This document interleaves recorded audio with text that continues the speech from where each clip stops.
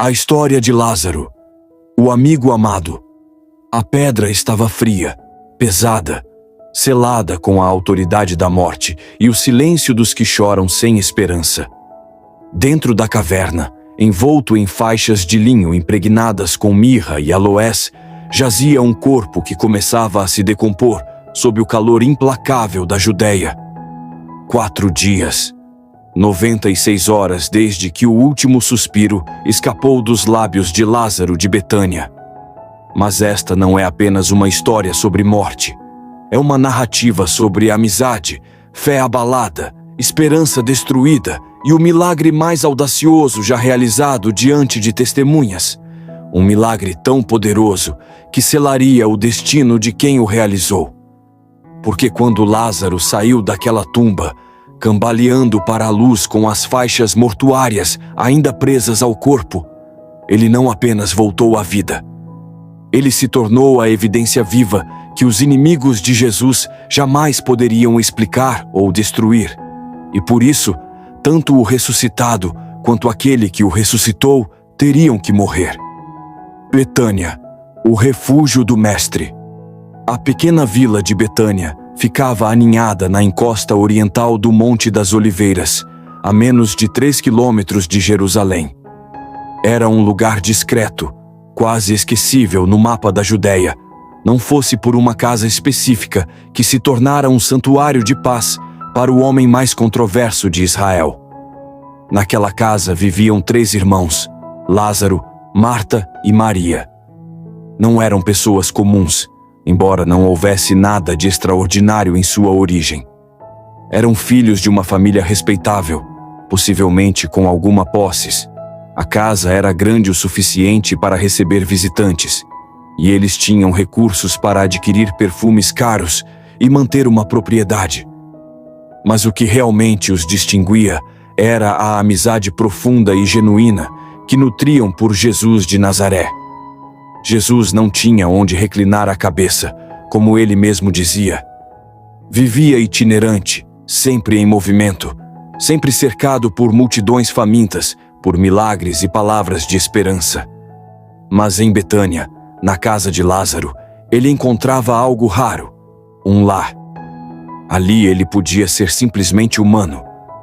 Podia rir com Lázaro sobre as peculiaridades da vida, podia aceitar as repreensões amorosas de Marta, quando ela reclamava que ele chegava com muitos discípulos e pouca antecedência. Podia sentar-se em silêncio, enquanto Maria derramava sobre seus pés a adoração mais pura que ele jamais receberia. Lázaro era especial para Jesus. Os evangelhos são econômicos em palavras quando se trata de emoções, mas em relação a Lázaro, o texto é explícito. Jesus amava Marta, sua irmã e Lázaro. O verbo usado no original grego é agapau, o amor mais profundo, incondicional, escolhido. Não era apenas afeição, era um laço que transcendia o papel de mestre e discípulo. Lázaro era o amigo, aquele com quem se compartilha os silêncios, os pensamentos inacabados, as dúvidas que não se revelam às multidões.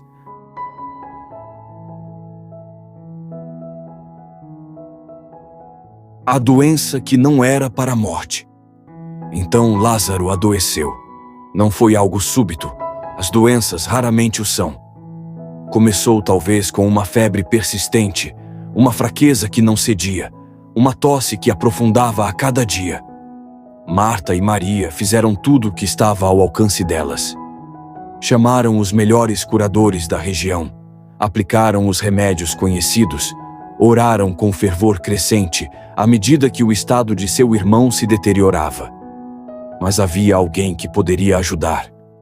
Alguém que tinha curado leprosos com uma palavra, que fizera cegos enxergarem e paralíticos andarem. Alguém que tinha autoridade sobre a própria natureza. E esse alguém amava Lázaro. As irmãs enviaram mensageiros com urgência. A mensagem era curta, carregada de esperança e uma suposição implícita. Senhor, eis que aquele que amas está doente. Não havia pedido explícito, não era necessário. O amor de Jesus por Lázaro era tão conhecido que a simples notificação da doença deveria ser suficiente para trazê-lo correndo de volta a Betânia. Os mensageiros encontraram Jesus além do Jordão, na região onde João Batista havia batizado. Era uma área relativamente segura para Jesus, longe dos olhares assassinos dos líderes religiosos de Jerusalém, que já haviam tentado apedrejá-lo mais de uma vez. Quando ouviram a mensagem, os discípulos certamente esperavam que Jesus deixasse tudo e partisse imediatamente. Mas a resposta de Jesus foi desconcertante. Esta enfermidade não é para a morte, mas para a glória de Deus, para que o Filho de Deus seja glorificado por ela. Palavras enigmáticas. Palavras de esperança. Os mensageiros retornaram a Betânia com a resposta, e podemos imaginar o alívio momentâneo de Marta e Maria. Não é para a morte, ele disse. O mestre tinha falado. Tudo ficaria bem. Mas então Jesus fez algo incompreensível. Ele ficou onde estava.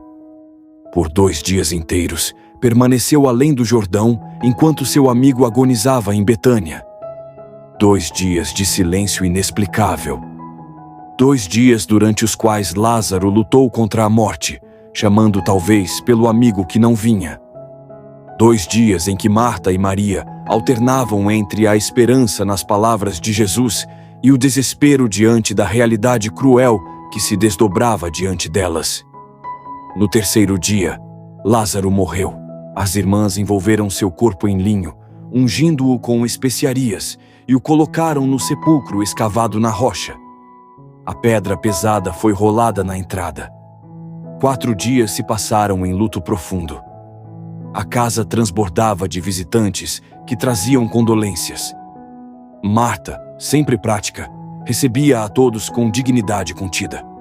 Maria chorava sem consolo, recolhida em seu quarto. Então chegou a notícia. Jesus vinha. Marta correu ao encontro dele no caminho. Senhor, se estivesses aqui, meu irmão não teria morrido, disse ela, fé e dor misturadas na voz. Teu irmão ressuscitará, Jesus respondeu. Sei que ressuscitará na ressurreição, no último dia, ela murmurou. Jesus a encarou profundamente. Eu sou a ressurreição e a vida. Quem crê em mim, ainda que morra, viverá. Maria veio também, caindo aos pés do mestre com as mesmas palavras. Jesus, vendo-a chorar, e aos judeus que a acompanhavam, perturbou-se profundamente. Onde o pusestes? Ao chegar ao sepulcro, Jesus chorou. Alguns murmuraram, vede como o amava. Tirai a pedra, ordenou Jesus. Marta protestou, Senhor, já cheira mal, pois está morto há 4 dias. Jesus insistiu. A pedra foi removida. Ele ergueu os olhos ao céu, orou e bradou com grande voz. Lázaro, vem para fora. O silêncio congelou. Então, das trevas do sepulcro, surgiu uma figura envolta em faixas. Lázaro estava vivo. Muitos creram naquele dia.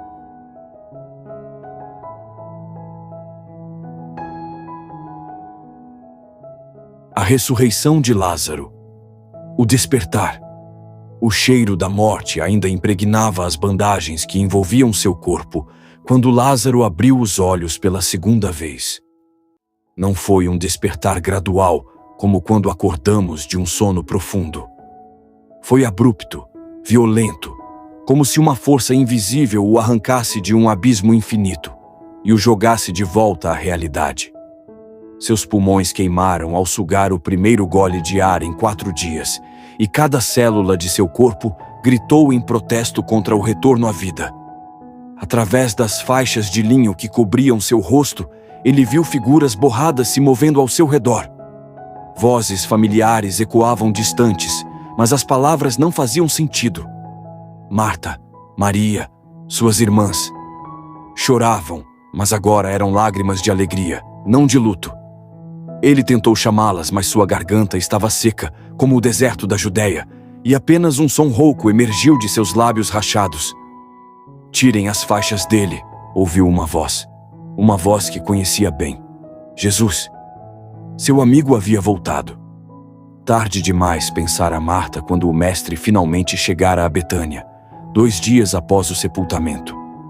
Mas agora, ali estava Lázaro, de pé na entrada da tumba, desafiando todas as leis da natureza. As mãos trêmulas de suas irmãs começaram a desenrolar as bandagens. Cada camada removida revelava pele pálida, mas estranhamente intacta. Lázaro esperava ver decomposição. Esperava sentir a presença da morte ainda agarrada a ele, mas seu corpo estava completo, restaurado, como se os 4 dias na tumba tivessem sido apenas um pesadelo. Quando finalmente pôde ver claramente, seus olhos encontraram os de Jesus. Havia algo naquele olhar que o fez estremecer, uma mistura de amor profundo e uma tristeza quase insuportável. Era como se o mestre soubesse algo que Lázaro não sabia, como se este milagre tivesse um preço que ainda seria cobrado. Lázaro, Jesus disse suavemente, colocando uma mão em seu ombro. Bem-vindo de volta, meu amigo. Mas Lázaro não se sentia bem-vindo. Não completamente. Porque ele havia estado do outro lado. Havia cruzado o véu entre a vida e a morte. E o que viu lá? Como poderia descrever em palavras humanas? Não havia linguagem adequada para expressar a paz absoluta que experimentara, a sensação de estar completo, de finalmente entender todos os mistérios que atormentam a mente humana. E agora estava de volta. De volta ao mundo de dor, de dúvida, de conflito. Sua boca se abriu e fechou várias vezes, antes que conseguisse formar palavras. Eu estava em paz, murmurou, quase como uma acusação. Por que me trouxe de volta? Jesus não respondeu imediatamente. Seus olhos se encheram de lágrimas, as mesmas lágrimas que havia derramado diante da tumba antes de realizar o milagre. Porque ainda há propósito para você aqui, Lázaro. Seu testemunho será mais poderoso que 1000 sermões. Você viu o que há além e voltou para contar. Nos dias que se seguiram, Lázaro tentou se readaptar à vida. Marta preparava suas refeições favoritas.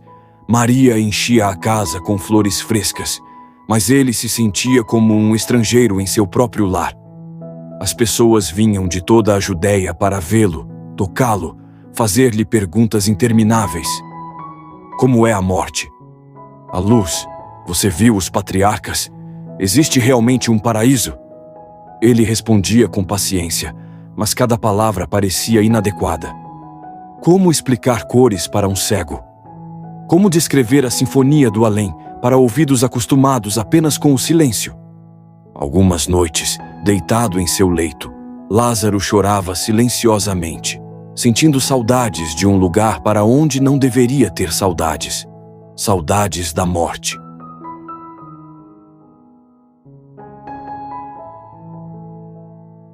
O peso do milagre. As semanas se transformaram em meses, e Lázaro aprendeu uma verdade cruel. Ressuscitar não era o mesmo que voltar à vida. Ele andava, falava, comia e bebia como qualquer outro homem, mas havia uma diferença fundamental. Seus olhos carregavam um conhecimento que nenhum mortal deveria possuir. Ele havia atravessado a fronteira final e retornado, e essa jornada o marcara de formas que nem mesmo Jesus poderia ter previsto. A fama de Lázaro se espalhou como fogo na palha seca. Ele se tornou simultaneamente o maior testemunho do poder de Jesus e seu maior fardo. Os fariseus e saduceus, que já viam Jesus como uma ameaça, agora tinham diante de si uma prova viva do impossível. Não podiam negar o milagre. Lázaro havia sido declarado morto por testemunhas confiáveis, havia sido sepultado de acordo com todos os rituais e agora caminhava pelas ruas de Betânia. Uma noite, um grupo de anciãos do templo apareceu à porta de sua casa. Seus rostos eram sombrios, suas vozes baixas e ameaçadoras. Lázaro de Betânia, disse o líder, um homem alto com barba grisalha. Você se tornou um problema. Sua existência desafia a ordem natural, desafia nossa autoridade. Desafia tudo o que ensinamos sobre a vida e a morte. Eu não pedi para ressuscitar, Lázaro respondeu, sua voz cansada. Eu estava em paz. Fui trazido de volta contra minha vontade, para servir a um propósito maior. Um propósito que levará a nação ao caos, o ancião replicou.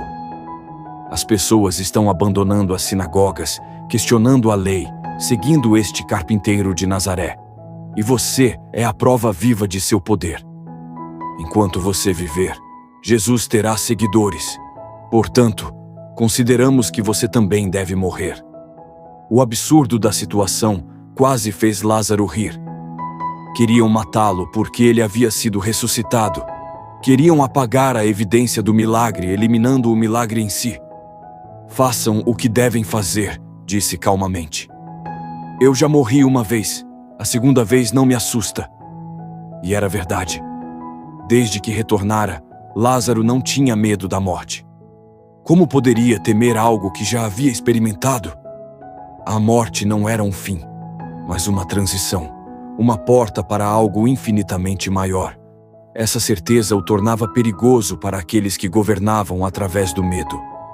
Mas Jesus ouviu sobre as ameaças. Numa tarde quente, ele apareceu na casa de Lázaro, e os dois amigos sentaram-se juntos, sob a sombra de uma figueira. Você precisa deixar Betânia, Jesus disse. Precisa partir antes da Páscoa. E você? Lázaro perguntou. Você também está em perigo. Talvez maior perigo do que eu. Jesus assentiu lentamente. Sim, mas meu tempo está chegando. É necessário que eu vá a Jerusalém. É necessário que tudo se cumpra. Lázaro sentiu um aperto no peito. Ele sabia, com a certeza que apenas alguém que morreu poderia ter, que Jesus estava falando sobre sua própria morte. Você vai morrer, disse, não como uma pergunta, mas como uma afirmação. Sim, Jesus confirmou. Mas diferente de você, eu voltarei por meu próprio poder. E quando eu voltar, será para nunca mais morrer. Então, por que me ressuscitou? Lázaro perguntou, a frustração finalmente transparecendo em sua voz. Por que me fez passar por isso? Eu terei que morrer novamente algum dia. Este corpo não é eterno. Você me deu um presente ou uma maldição? Jesus colocou a mão no ombro de seu amigo. Dei-lhe um propósito, Lázaro. Você carrega dentro de si a memória do além. Cada pessoa que olhar para você verá que a morte não é o fim.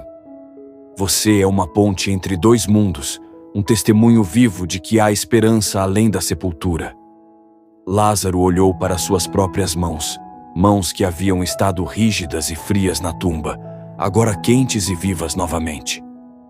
Às vezes, confessou em voz baixa, eu desejo que você não tivesse chorado diante da minha tumba. Desejo que tivesse me deixado em paz. Eu sei, Jesus disse, e havia uma tristeza profunda em seus olhos. Mas o amor às vezes nos faz trazer de volta aqueles que partiram, mesmo sabendo que eles terão que partir novamente. Seu sacrifício não é menor que o meu, Lázaro. Você foi arrancado do paraíso para viver novamente neste mundo imperfeito. Mas seu testemunho mudará vidas, salvará almas, dará esperança aos desesperados.